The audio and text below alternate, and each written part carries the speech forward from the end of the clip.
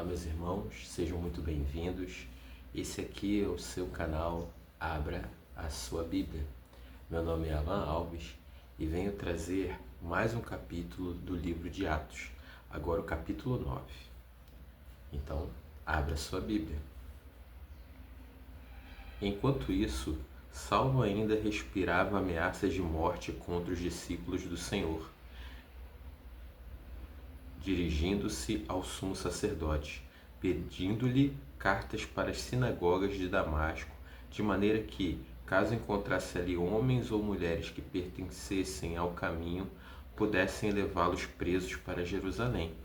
Em sua viagem, quando se aproximava de Damasco, de repente brilhou ao seu redor uma luz vinda do céu. Ele caiu por terra e ouviu uma voz que lhe dizia: Saulo, Saulo, por que você me persegue? Saulo perguntou: Quem és tu, Senhor? Ele respondeu: Eu sou Jesus, a quem você persegue. Levante-se, entre na cidade. Alguém dirá o que você deve fazer. Os homens que viajavam com Saulo pararam emudecidos. Ouviam a voz, mas não viam ninguém. Saulo levantou-se do chão e, abrindo os olhos, não conseguia ver nada. E os homens os levaram pela mão até Damasco. Por 3 dias ele esteve cego, não comeu nem bebeu. Em Damasco havia um discípulo chamado Ananias. O Senhor o chamou numa visão: Ananias. Eis-me aqui, Senhor, respondeu ele. O Senhor lhe disse: Vá à casa de Judas, na rua chamada Direita, e pergunte por um homem de Tarso, chamado Saulo. Ele está orando. Numa visão, viu um homem chamado Ananias chegar e impor-lhe as mãos para que voltasse a ver.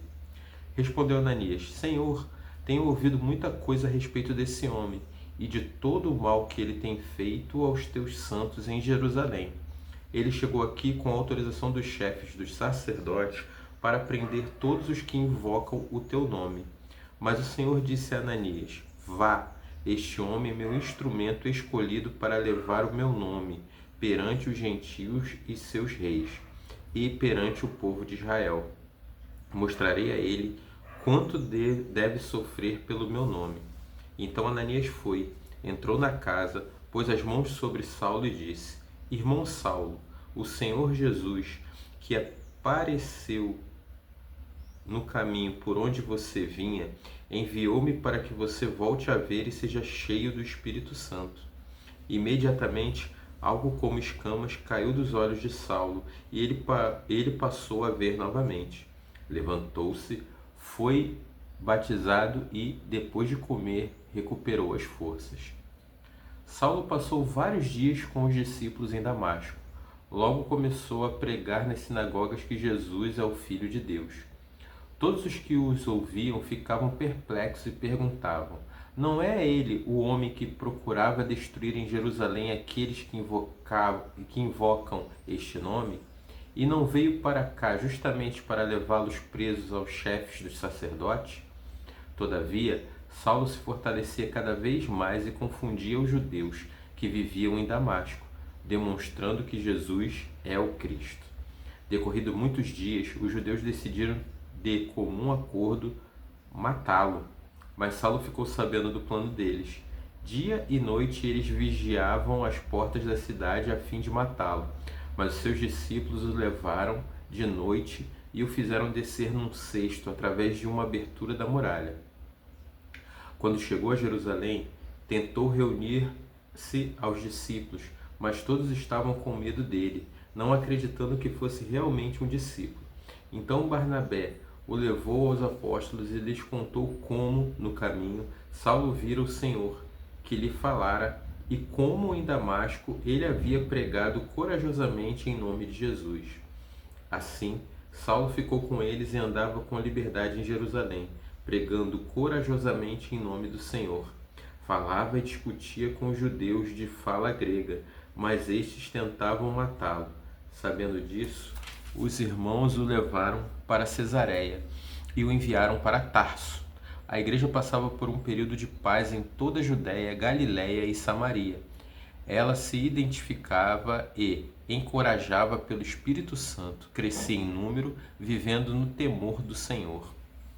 Viajando por toda parte, Pedro foi visitar os santos que viviam em Lida. Ali encontrou um paralítico chamado Enéas, que estava acamado fazia 8 anos. Disse-lhe Pedro: Enéas, Jesus Cristo vai curá-lo. Levante-se e arrume a sua cama. Ele se levantou imediatamente. Todos os que viviam em Lida e Sarona o viram e se converteram ao Senhor. Em Jope havia uma discípula chamada Tabita, que em grego é Dorcas, que se dedicava a praticar boas obras e dar esmolas. Naqueles dias ela ficou doente e morreu, e seu corpo foi levado e colocado num quarto do andar superior.